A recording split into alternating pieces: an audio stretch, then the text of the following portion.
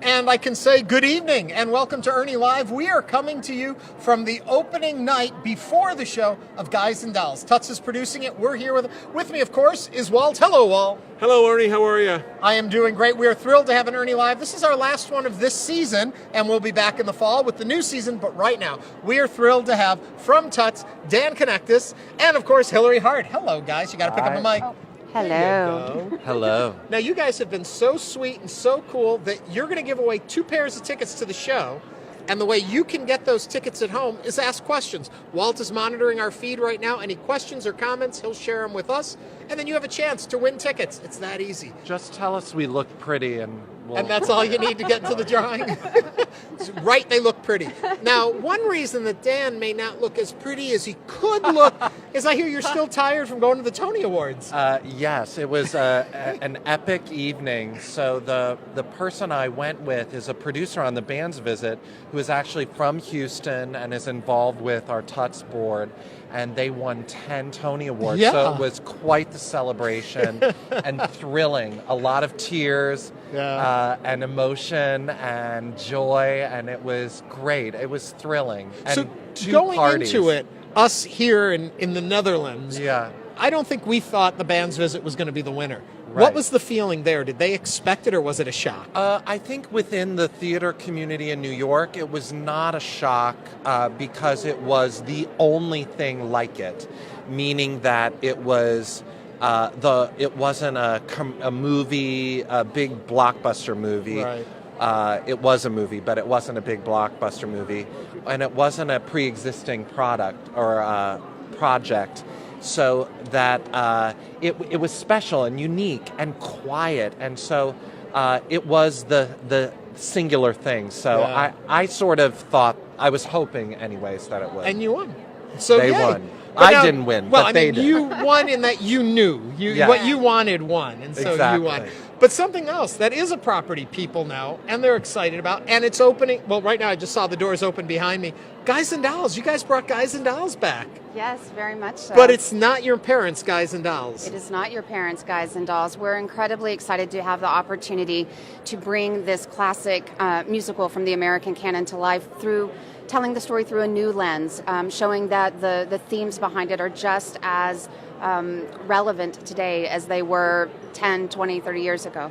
Yeah. What's really cool, too, and you can have a chance to see it if you tell them how pretty they look, ask a question. You have to sing it, but I feel pretty. They have to sing it on their little thing? Oh, okay. Little Well, voice. has anyone told them they look pretty yet? No one has told me they look pretty yet, It's but okay. I think But you look know what? pretty. They're being honest. I'm good. You and I are be fine. I'm not good. Yeah. So we need I you live in folks. fantasy. I'm a director. But ask your questions, ask your comments. We're going to draw for 2 pairs of tickets before this is over. We've only got a few more minutes because you folks have to get backstage to do what you do to get a show going. But talking about this show and the relevance of it, there have been some changes made to the show. Actually, very little change. It's just basically giving it, looking at it through the Latin American perspective of moving from the Caribbean, South America, to New York in the 50s. But almost, in fact, I know that no word has been changed to achieve that. We got permission from the rights holders to add a few ad-libs in Spanish.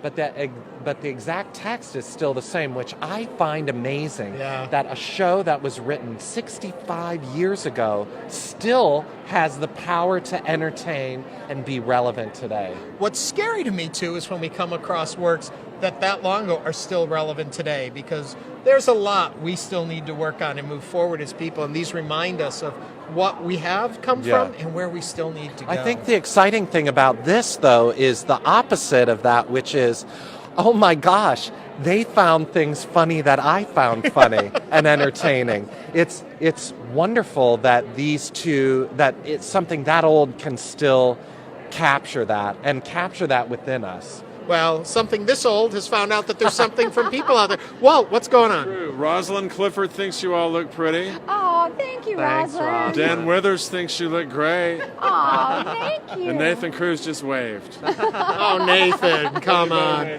Remember, if you want to be in the drawing for tickets, please write them down right now. Your questions, just do it right below us, right there. And you can have your name entered in the drawing, and Walt will tell us about it. For people who don't know, the story of Guys and Dolls, who wants to give the elevator speech? The veritable encyclopedia of musical theater. Well, the elevator speech basically is, and I kind of have to go back to what it was based on originally, which is a great writer, Damon Runyon, wrote about gangsters and dolls in 1940s, 1950s, or actually 1930s, 1940s New York. It was then made into a musical by Abe Burrows, who wrote the book, whose son is Jimmy Burrows, who directed tons of TV pilots, The Mary Tyler Moore Best stuff Show, of the 70s and 80s. Friends, Yeah. Will and Grace, Cheers, Taxi.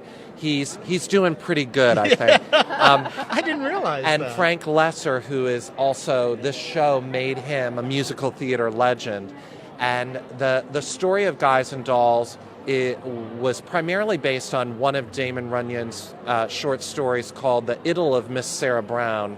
And Sarah Brown is a Salvation Army worker and trying to save souls in Times Square, and she meets a gambler and they fall in love. So it's Which a saint. explains why you have the Salvation Army Yeah. right here in the lobby, too. So Yes. And it's it's not a- Christmas time, folks, in case you get confused. And it's a saint and a sinner story. And this B story is the one that actually almost usurps the A story because it's the lovable characters of Miss Adelaide and Nathan Detroit. And Nathan Detroit is sort of a putz, like a buffoon kind of guy trying to run a crap game, and his wife or his fiancée of 14 years is a hotbox dancer who is troubled by this, that he can't commit. They're great characters, and they still steal the show, even today. Walt. Yeah, we got a few more. Laz Estrada gives us a thumbs up. Thanks, Laz. So, Nathan Cruz wants to know, what's your favorite part of the show? Oh, Hillary? Favorite part of the show? Adelaide's Lament, of course. It's brilliant. It is probably one of the single most iconic comedic musical songs ever. I mean, it's just, and it's because there was this wonderful interview with the actress that plays Adelaide, and it is because it is so true. There's so much truth in her words, and it's that dry delivery that where the comedy is born. I think it's beautiful. When you guys talk about this, too, people shouldn't get the wrong idea. This is a great summer show. It's fun. It's hit after hit. It's for the whole family. I mean, that is the brilliance of Guys and Dolls, is not only is it hit after hit, I always say there is not one period out of place in Guys and Dolls. It's just one laugh after another. Okay, So- we got some more. One more. Brandon Doan wants to know, how were the Tony Awards? It was exhilarating. Is it really long when you're well, sitting and there? you're rubbing elbows with all of these stars and legends, and Tina Fey is walking up to go to the bathroom, and she waves. It's really it's surreal, and also it's one of those things where I love about New York is that somebody who is a big name celebrity is seated next to you, and it's just like normal. You don't call them out, or if you do, it's not of a fangirl sort of way. It's just like, I love your work, and you go on to the next thing. Well, theater community is so different than people think. And It is. We were spending some time with Tom Holland recently, the new Spider-Man, who came up in Billy Elliot, and people were like, oh, he's so mature, But it's when you come out of that theater work ethic, to be among them, there's an appreciation for the art, not necessarily the celebrity. Can I also say that is something that we train our students at HSMT in, that very thing of that there is a way to act on stage, behind the stage. The way you treat people is paramount to your success, and not just success in the business, but we keep talking about success as a human being. We have another comment. Yes, Brandon Doan has another question. What was the reason for adding the Latin background to the main characters?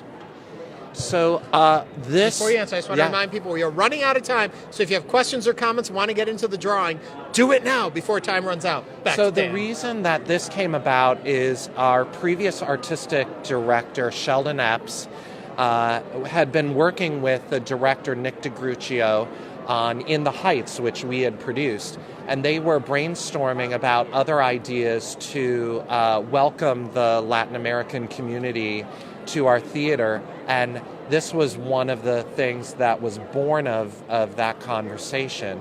And it was wonderful because it fits perfectly into this Guys and Dolls story, in that there was a huge influx of Latin American immigrants to New York at this time. And they also became showgirls at the Tropicana or the Copacabana, and also, unfortunately, were probably also dealing in the mob and the gangs. They were malls. They were malls, yes, exactly. Before we let you go, anything else for you, Walt? No, that is it. That is it right now. New season. Very excited. You guys were back on this show in your very first show of this season, and now we have you here back at the end of the season. You're going to have a big announcement on Monday. We are. We're going to announce the 6th and final secret show. So please stay tuned. We're super excited about it, and I think you will be too. Oh, I'm dying to know. I keep trying to get them to tell us what it is, and nobody will tell me. Though I hear you've kind of had some loose lips around that you may have said it to And there, a wonderful Tony-worthy performance. Never. Well, you know what you can do for me right now? Let's see. We have 2 pairs of tickets to come and see. Each of you gets to draw one name. So who wants to go first? Hillary. Okay, Hillary is drawing the first name. We'll get a pair of tickets. Now remember, if you win, direct message us right away and we'll tell you how you can get your tickets. Congratulations, Rosalind Clifford. Rosalind Clifford, congratulations, our first winner. And now, Dan, here we go. Laz Estrada. Laz, you have won the other pair of tickets. So remember, direct message us. We'll tell you what to do to get your tickets to come and see Guys and Dolls. Guys, thank you for an amazing season here at Theater Under the Stars. It was fun. Thank High you. points for you? What was your favorite show of the season? I can, because I directed it, and that's why I'm going to say it, is Memphis. Memphis. Well, I look forward to the new season. It's going to be full of fun and excitement. We'll be back all next season with the shows, and Wonderful. Monday we'll find out what the 6th show is. Yeah. Guys, thank you very much. Remember, like Houston Public Media. Just hit that like there. Join us, follow us. We'll be back with more Ernie Lives. Thank you for watching, and we'll see you next time. Bye-bye.